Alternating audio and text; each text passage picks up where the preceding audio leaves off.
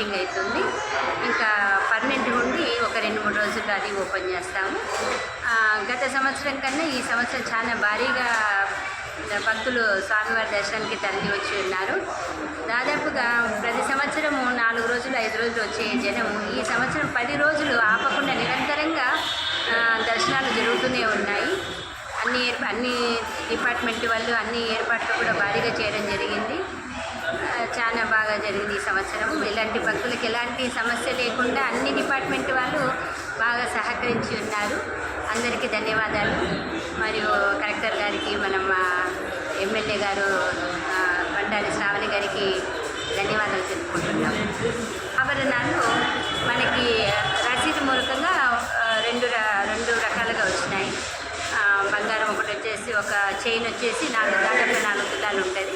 ఒక చైన్ వచ్చేసి 1 తులం అంటే 10 గ్రాములు ఉంటుంది. ఇంకా వెండి మాత్రం మనకి కన్యంలో వేస్తాము. అది కూడా రేపు పర్మనెంట్ ఉండి కౌంట్ చేసేటప్పుడు అది తీస్తాము. అప్పుడు తీసినప్పుడు మొత్తం అన్ని కలిపి ఎంత వెండి బంగారం తెలిసిపోతుంది.